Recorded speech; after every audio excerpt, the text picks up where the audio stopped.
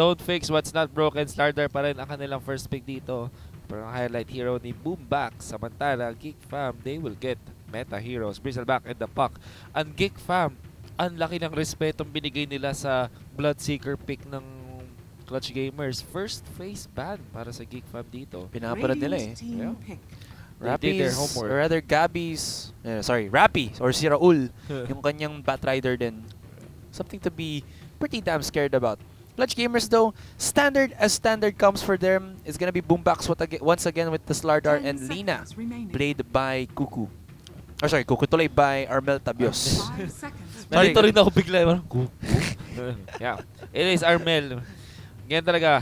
Pag dire-diretso ang ating laro. Pero okay lang. Tayo ay masayang nagbibigay ng aksyon dito for, again, TI7 Southeast Asia Qualifiers. This is another needed game for Clutch Gamers to win so that they can advance to Phase 2, which will happen tomorrow. Yan.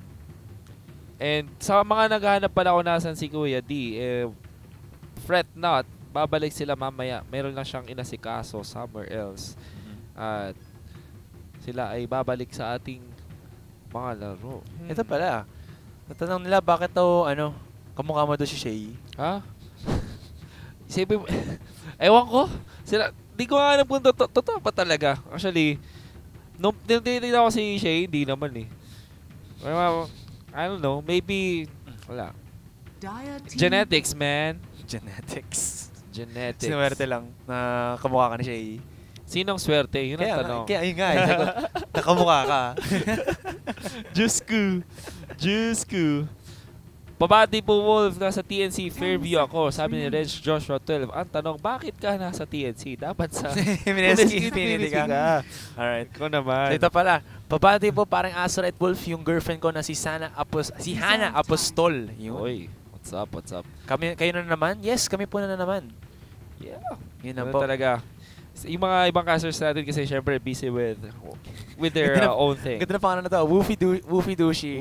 Shoutout naman sa kaibigan ko si Mark Castaneres. Pabati naman kaya si Ryan Wolf. John Paul Fernandez from Binondo. Sabi ni John Paul Fernandez. Bakit hindi nyo daw itry mag-4-man casting? Kasi guys, wala tayong tao pang 4-man casting ngayong araw. Okay, sana kung magiging 4 kami dito. Pero 2 lang kami. Magkakibushin tayo. No choice. Guys. Kamukha mo daw si Ann Mateo. Ikaw? Hindi, ikaw daw. What? Uy, pabati daw from Phil Vox. Flattered naman ako. Sabi ni Dex Nikki. Wow, taga Phil Vox. What's up, John? So, ito pala. Tanong ko na lang siguro sa mga viewers natin. Sino pala ang bet nyo na manalo ngayon sa ating sayo qualifier? Siyempre, madalas dyan sabihin ng TNC. Pero gusto kong malaman kung sino yung hindi TNC dito. Sino yung gusto nilang manalo na hindi TNC. Oy, si Jamarcus08 nasa chat. Shoutout daw from the Lazcano Boys. Ayan, mga tropa pips natin from Lazcano. What's up sa inyong lahat? The Lazcano Boys. Punta naman kayo dito. Pabati po sa ex ko na nagchat-chat lang pag may kailangan. Matindi. Tay Wolf Bumira. Kamusta na si Eliza, my love? Magaling na ba, Wolf? My love. Anong your love? Kita niyo ba yung nagagalit si Wolf? Ano yung biceps niyo? Kikil mo si ako. Kinikikil mo si ako. Pero hindi ko alam kung may konting konting sakit na lang. Konting sakit. Just Santos 1990. Pabati sa crush ko ng kaibigan ko sa crush ng kaibigan ko na si Torpe. Si Rosel pala. Yun, sorry. Pabati din po sa ex-com si Francis na tumaba since naghiwalay kami. Sabi ni Rich Joshua 12. Faceless daw. Hindi ka masyadong bitter. Execration. Okay. From random, execration daw gusto niya. Si Bystander's Creed, si Faceless naman daw. Oh, wow. Standing pala ng Faceless ngayon. In the midway na naman sila, diba? Sila yung midway na play. 2 losses, if I'm not mistaken. Checking. Yeah, mga 2 losses sila. 4-2. Katay nila ang Mineski. Wait, ilan ba ang makakapunta sa TI from SEA Qualifiers? 2? 3? So, isa yung mananalo dito, yung magta-top 1 dito. Top 1. Tapos yung 2 dun sa Phase 2, which is yung tomorrow. Which is, yung Phase 2 kasi, ang makakapasok doon is top 2 until top 5. So, 4 sila na team doon. Tapos, yung top 2 nung nagkaroon sila na parang GSL na double elims. Tapos kung sino yung mananalo doon. Yung top 1 and top 2 doon. Sila yung mag-advance. Parang sinisinok ako dito. Okay lang yun. Pero yun nga. At pabati daw sa girlfriend ko na hanggang pangarap na lang, sabi ni Velsam QWE. Ito pala, shoutout sa Skate Masters na magiging top seed ng SEA ngayong taon. Wow, sige. Yeah, why not? Skate Masters, sila, sa mga nagtataka, ang Skate Masters po ay from the Battle Cup winners. Kaya sila nakapasok sa Southeast Asian Qualifiers. Anyway, back to our ball game dito dahil palapit na tayo sa ating last pick. It's gonna be GeekFam with Rubik as their last pick. Samantala, Clutch Gamers. Wow, I like this comp from GeekFam. It has a lot of explosiveness and parang it has good burst damage plus sustained teamfight damage with the Bristleback and Juggernaut. Yeah. Razor will be the pick for Clutch. That could be alright. I mean, maybe to counter the Juggernaut here then. Yeah. Let's see kung ano ang mabibring to the table ng isang last pick na Rubik for Clutch Gamers. But yeah, in all things considered, ang lineup dito ng GeekFam, I would say is parang complete. I would say, mo may tank sila. Siguro ang way na ang kulang nila dito is something like a Slardar na merong may blink in potential. Na meron naman dito ang Clutch Gamer. So, tingnan natin. It's gonna be the Razor against the Juggernaut and Bristleback. One Razor we know is a direct counter to the Bristleback. As well as somehow yung Juggernaut kaya niya rin i-counter. So, Razor can fill a good role dito for Clutch Gamers. 10 seconds But I think remaining. ang trump card nila dito is gonna be the Lina, of course. Yeah, Lina for sure. Razor is alright, but I think it's gonna be in the hands of Armel again. Let's see if the explosiveness of Armel will carry his team dito. So, siguro last round of shoutouts dito. Press 1, magtatagal si Wol. Tatagal naman ako Panalis po ako masyado mang cheesy yung lineup TNC kanina. Nagasim si Boss Azuray.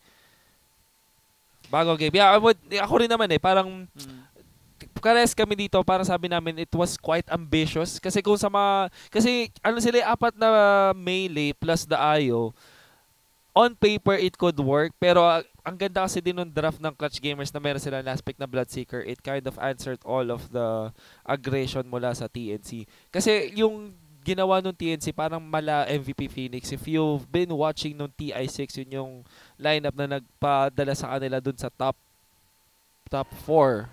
Yep. Top 4. Yun. They actually defeated OG with that lineup. Anyway, nandito tayo sa ating laro. GeekFam versus CG on the Radiant side. You have GeekFam, Sexy Bamboo sa kanyang Rubik, Psionics on his Juggernaut. Rod G be your Kunkka, Velo on his offlane, Bristleback, and Tihi ang ating kabaro sa Pinoy. Clutch Gamers. Fresh on a win against TNC. We have Fly Solo on the Shadow Shaman. Armel Tabios with the Lina. Rapi as the Dark Seer. Si Gabi mag-razor na dito sa ating Corp 1 or Position 1. And Boombax back on the Slardar. Back on the Slardar indeed. Tingnan natin. Yung ano dyan medyo interesting fact dito. Again, nanahalata ko lang siguro. CG feel to be like the TNC killers, pero that's the only thing that they can do. Kill TNC. Yeah. Nothing. No one else.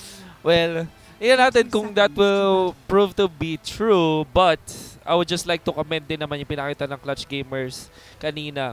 Maganda yung kanilang micro. Maybe it is the start of the awakening para sa ating Clutch Gamers. At anyway, last shoutout na lang dito kay Martin Jan Avellino. Kanina pa siya nagpapashoutout so okay lang. At kay Rizaldi Umali. Shoutout sa inyong dalawa. Let us now head into our matchup. This is GeekFam versus Clutch Gamers. GeekFam, hindi maganda rin ang kanilang standing dito sa ating Southeast Asian Qualifiers. But Clutch Gamers hanging by a thread. They cannot afford to win. First time na natalo ng TNC dito sa ating Southeast Asia Qualifiers. The hands of Clutch Gamers smoke para sa GeekFam. I mean, yeah, it is. Yeah, GeekFam with the smoke. Might be to make a rotation in the mid lane. Yun ang kanilang target dito. Armel, you have to be very careful. How many are there? It is going to be... Oh, that's a lot of disabled too. Telekinesis first, maybe? Yep, good auto-attack damage. There's gonna be as well. Maybe the Torrent, but it will not connect. But Armel shall be taken out on and about by Tihi and the gang. Okay na connection dito ng GeekFam. Yep, and Velo. Si Vicky Velo. Yeah, why not? Double mango pickup para kay Bristleback. Does provide the additional health regen at meron pang potential na paggamit dito. And actually, Boombacks might go for this kill on the mid. Can they really? It's Teehee on a Puck. Yeah. Puck is pretty hard to kill, lalo na pag level 3 na siya kasi you do have the phase shift. Oh, nice timing though from Boombacks. He actually answers my question. LS8 to connect on to Teehee. Couple more auto attacks, but there's the secondary phase shift. Boombacks though could die. Here's gonna be the Illusory Orb, and mag-teleport pa ba dito si Teehee? Gonna be a no, but look at how many low members ang meron dito ang CG. You can immediately rotate into the mid lane. There is going to be the Rubik here on the side, and he will just provide some support here, absorb a little bit of XP. And Teehee, nice micro there. Yeah, nice micro indeed from Teehee. And actually, ang opening dito para kay Boombacks kanina sana is when the Illusory Orb is not active. Yun yung naging go signal nila, bakit nila medyo denive dito si Puck. And unfortunately, may phase shift pa rin si Puck dito, and he will survive that rotation. Okay din yung ginawa ni Boombacks eh. Nag-fake siya ng Slithering Crush. Yeah. Tapos tinuloy niya after ng phase shift. Yeah. But Boombacks though is gonna get caught here in the Radiant jungle. Will be taken down by two members of GeekFam. That is going to be the Rubik as well as the Kunkka, taking down the Slardar. And Velo. Sobrang kulang ng ano kasi nun, ng mid lane presence ng CG nun. Ba't may isa pa silang player dun, like what GeekFam did. Pero still alright, I guess. Yep. Still the start of the match for now. Actually, surprisingly, Clutch Gamers, medyo laging ganun yung ginagawa nila with Armel. Parang every time na lang, parang mas maraming times na talo sa lane si Armel than winning. So, maybe sanay na sila dito sa kanilang playstyle, but maybe they should adjust. Top lane comes the static link onto... Wow, that's a lot. Yeah, that's actually a lot. 100 damage taken from the Bristleback. Yeah. Radiant's bottom tower is under attack. Ano daw? Narinig ko ba yung parang sorry. Pero, yeah, a lot of damage dito. Look at that! The right clicks para mula kay Razor dito, almost killing yung Kunkka. But without the torrent, he will get out of that situation because the shackle, the chain stun is perfect mula kay Boombacks, but they will not pursue any further. Well, they might do though. Pero kulang sa levels dito ang CG support duo natin. Fly Solo as well as Boombacks only with the 1 and 2. Nag-protect lang sila siguro dito ng bounty room for sure. In comes Gabby. Just zoning out completely. This is the Bristleback. Talagang 100 damage na naman. Yeah, 100 damage. Ito yung dahilan, actually yun pala. Happy Feet wins over Skate Masters. That's, I think, also their first win dito sa ating map. The stun though, connects onto Sexy Bomb. Second win pala na Happy Feet dito. Nagalit na si Boss Nate Force. Yep. Second win ng Happy Feet. Anyway, but I think long ways pa rin naman ang Happy Feet dito even though they won that game against Skate Masters. At least they get two victories naman. So, dito sa ating game, back to our game 4 minutes in. A little bit of win for Clutch Gamers, but they find Armel though. Torrent will not connect. Should be able to get away LSA para lang ma-stun dito yung Kunkka or Kunkka. Yep. And magandang rotation dito. Siyempre, napigilan nilang pagkuha ng rune ni Armel. Fortunately for Armel, meron ng shrine available. At yun na nga, makapag-shrine na siya dito to go back to the lane. Psionics in the bottom lane, zoning out Rappy. Rogi is actually in the vicinity right now. For the meantime, ganda ngayon ng rise ng GeekFam in terms of like the net worth that they have. Oh! You see what he did. Sexy Bamboo pinanik si Rappy. Yeah. So Rappy was forced to actually go for the teleport, but now he's gonna pay with his life. Fly Solo gets the last shot. Naalala mo yung laban ng Virtus Bro Secret, yung may cliff. Tatling na cliff niya sa isang lugar. Oh my God. Yeah. Sobrang BS of that action. Sexy Bambo. Mag-aas pa mamaya sila Kuya D. Yes. Abangan nyo lang. There's gonna be the rotation dito. Boombox falling low.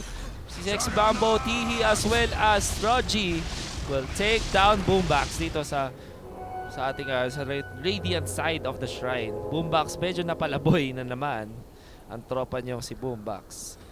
At napakababa na kanyang level. Parang Asura, he's just level 2. He's been rotating too much around the map. I mean, yeah, I think he already has like 2 or 100% kill participation. Pero teka lang muna.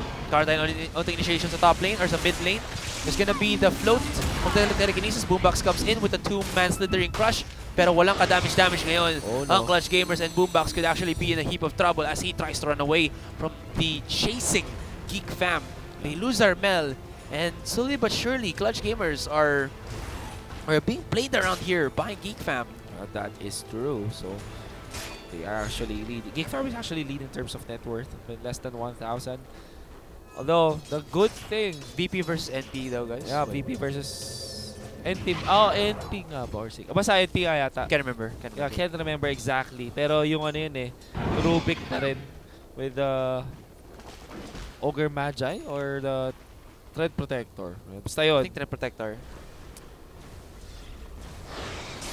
Okay. Okay, so guys, when TNC versus Execration starts, dun tayo lilipat kasi tingin ko mas importante yung laban na yun kasi parang if TNC loses, well, doesn't really matter so much, but Execration kind of needs that win against TNC. So kapag bigla natin nilipat dun sa laban na yun, wag kayong magulat mga chong. Well, ito naman GeekFam versus Clutch Gamers. Kailangan din naman manalo ng Clutch Gamers dito. So I think that Clutch Gamers needs to find their stride in this game because so far, nagsastruggle ang kanilang position 2. Pero ang good news naman para sa Clutch Gamers, di naman ganun kahirap yung Razor nila. Rappi should be brought back. The connection from Rogi, and this should be the shutdown. Pero Boombox is gonna say otherwise. Dunks it down with the slithering crush. Takbo, Rappi, takbo. Run, baby, run. But here, the top lane. Surge, he will be able to get away. Actually, here, the top lane, Gabi is falling low against 2 heroes, but he will get the kill out of the Rubik. Velo is struggling against Razor, but I mean, Razor still gets the upper hand with a lot of damage being drained mula kay Velo dito. So that is 1 kill going in favor of Clutch Gamers. With a 2v1 situation. Tanan nyo, Razor went up against 2 heroes. Ganoon siya katikas dito sa top lane. So, because of that kill, mga chong, nauna na in terms of net worth ang Razor ngayon sa ating laban. Uy, he actually will miss the waning rift, but the Dream Coins with the Illusory Orb, kasama mo pa yung Blade Fury dito. Makakonekta naman dyan. Yeah. Ang problema kasi, tingnan mo naman yung level ni Slardar. Level 3 pa lang siya dito. He has only 740 HP. At dahil doon, talagang di siya makapag-survive. Mas malambot pa yata. Hindi naman. Mas malambot naman yung Rubik. But yung Juggernaut natin dito, went for the Soul Ring. He will get spotted out. There's going to be Rogi as well. Babalikan na naman siya with X marks the spot. There is going to be the wall of replica dito onto Rappi. But this is just defensive. Very defensive from, well, the offlaner of CG. Makakapag-boost pa ba siya? Yes, pero hindi. Chuk, chak, Channeling. There's going to be the Omni Slash active. On Velo. Take it out dito sa top lane. So, 1-for-1 trade offlane for offlane ang mangyayari. With both position 1 carries getting the kill on position 3. So, tamang chill lang dito po para sa both teams natin. Soul Ring for Juggernaut, something na hindi natin nakikita every day. Pero, tignan natin if it kind of makes sense for Juggernaut, although meron naman siya ng Magic Wand dito. It would make sense if he just wants to have enough mana for possibly an extra Blade Fury or enough to use the Omni Slash. And syempre, Magic Wand, I mean, it's not always na merong stacks yun. Yeah. So, could be. Could be. Also, lalo na pag kailangan niya ng healing ward for his team, I think okay lang din na mag-soul ring siya. Kasi syempre, ma-rejuvenate lang din naman with the healing ward. In fact, Kanya minamax out dito for next. Dire's middle tower is Anyway, under attack. Lina, dito si Dire's Armel. structures are Slowly fortified. finding his way, climbing up, papunta sa kanyang item pickups dito. He is 4th in terms of net worth. Hindi naman siya nalalayo sa puck. He has got the arcane boots as well as double null talisman. Hindi niya gagawing veil yan. I-diretso na yata niya sa bloodstone so far. So, at let's look at some of the levels of these heroes. Level 5 na po parehas. Ang mga supports, both teams, all level 5. Pero mukhang lamang in terms of levels ang clutch. Kasi tingnan mo naman si Lina, even though he is struggling sa lane with 2 deaths, siya pa rin naman ay level 10 against the level 9 pack dito. So, Clutch Gamers still on the right track in terms of overall farm on their course. Bottom tower is under Gabby attack. just completely zoning out itong Bristleback na level 7 pa lang dahil lagi siyang out of the lane. No way for him to deal the damage kasi negative ang kanya damage actually, courtesy of the static link. Top lane, sa kanya. Clutch Gamers have still been farming pretty hard and giving Gabby as much space as they can. And it's just kind of showing. 500 gold lead na meron siya against dito kay Psionics. Still nothing too explosive from each of these guys. It's more of lang, like the standard pickoffs lang, one after the other. Better than a CG looking for something a bit more juicy than the one they already have.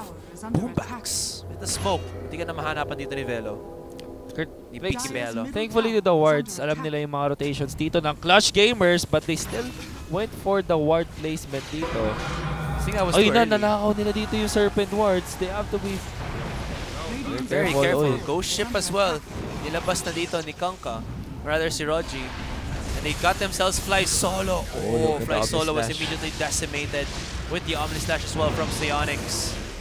And the dropping of the wards. Pero hindi pa din tapos ngayon ang GeekFam. There's a huge vacuum coming out from CG. Laguna Blade comes out from Armel as well. And Velo has to run away. Ganda Nice naman connection nung- there from Rappy. Yeah, vacuum into the Trying to bait them in. Slytherin Crush. That is one of the oldest plays in the books pero still works in favor of Clutch Gamers. Ang ganda ng kanilang connection nga naman, sabi Radiant's mo. middle tower is That under means attack. na tumaas na in terms of net worth ang Lina. Nauusan na niya yung puck because of the farm that they get from those kills. At samantala, Gabby wants to get the objective game rolling, dealing a lot of damage out of this tower. Maybe the static link onto Velo and Fly Solo is also here. They have to be careful against the Bristleback though. The tanky Bristleback. Fly Solo tries to go in. Na-hex niya nga si Tihi, pero wala. Ginawa niya lang Nokma. Yung pack. Sinokma. Sinokma. Oof. Gabby, as much as he is strong, kahit pa gano'n kakalakas, lagi mong tatandaan, huwag mong hampasin sa likod siya. Uy! Boombox, masyado ka ng laboy. Isa sa mga the 10 Commandments. 10 Commandments of Dota. Huwag mong hampasin sa likod si Bristleback. Sa front lang. Sa harap lang. Don't attack Bristleback from behind. Yeah, I mean, kaya nga siya ginawang Bristleback dahil yun yung kanyang strength eh. And that, kasi kaya namatay agad si Shadow Shaman doon is actually sobrang taas kasi na ng damage ni Razor to a point na parang every right click ni Razor nakapag-quill spray agad si Bristleback kasi every 250 damage that you tank with your Bristleback na passive nakapag-quill spray ka. That's what happens. And because of that, nagkaroon ng damage potential si Bristleback even after the static link. Here comes Boombox though, with the ultimate now up for him, but in the top lane, Fly Solo. Fly Solo gets caught out. Psionics, easy connection. Bottom lane, look at that. He is keeping them at bay. Activates the Dream Call, activates the Waning Rift. Napatay pa dito si Boombox. Too deep into the dive. And Rappy there connecting with the vacuum into a wall of replica, but Tihi is still alive. Shady versus Psionics in the sidelines. Rogi. Rogi at Psyonix naging si Armeldo. Might get the last hit on the tower.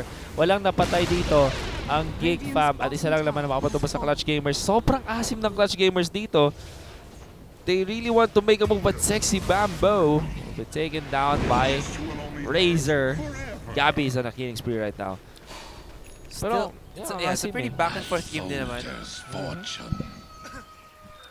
If you think about it, GeekFam has just been pretty lucky with their rotations. I say not pretty lucky, but their rotations have been better than Clutch Gamers. Pero ngayon na medyo umaalis na tayo sa laning phase, dito na nagsisimula mag-ano ang Clutch Gamers, mag-focus na sila sa laning.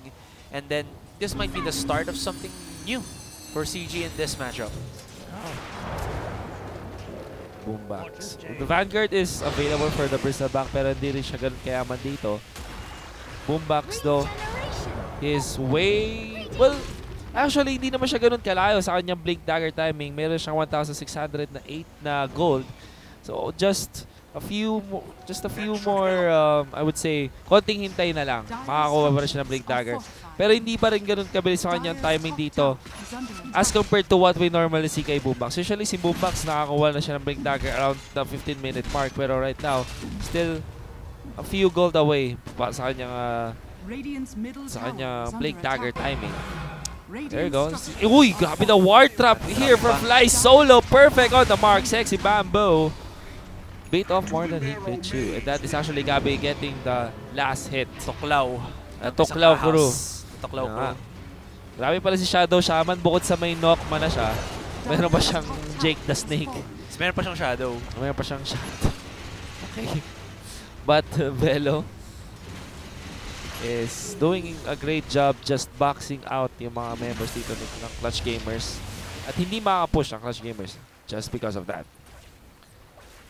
Nokma Gaming.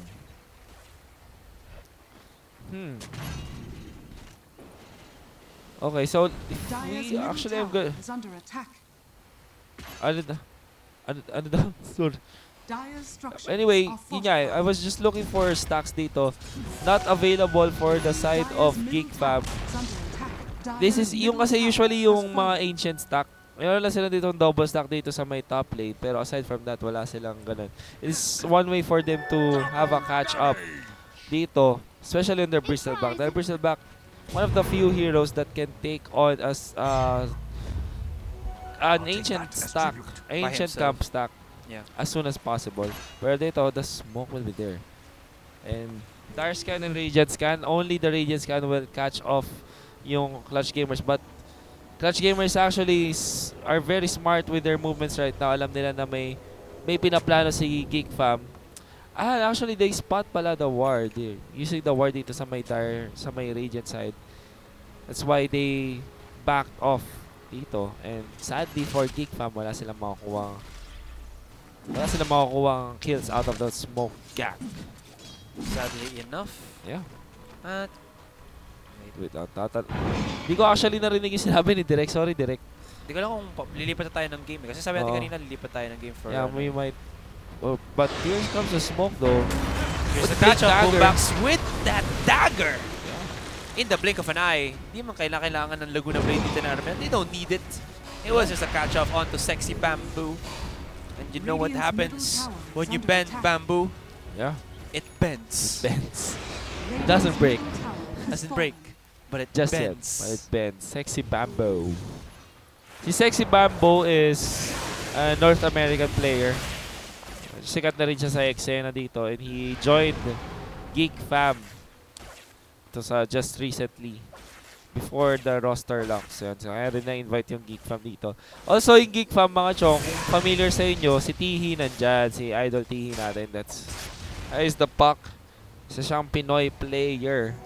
So now, GeekFam looking to stack for their Bristleback, but it might be too late. As we've said, Mood of Defiance up for the darts here. Ano pa ba? Mga items nila. Mechanism for Rappy. Good enough na meron ng dagger dito si Boombox so can start really setting up for Clutch Gamers. Dito naman sa side ng ating GeekFam, he does have the same thing. He has a Blink Dagger as well as a Veil of Discord. And for their core or their position 1, Si Sionix, Nakayasha, Ring of Aquila, and a Soul Ring. Soul Ring indeed. So, there is quite a movement in there in the top lane. I think it's just Gabby clearing out the stacks. Mukhang next item niya dito is going to be the Sange and Yasha. Tapos, diretso siya sa isang BKB purchase. Kanya naka-queue dito. Though still a long ways off. Pero mayaman pa rin dito yung heroes ng Clutch Gamers eh.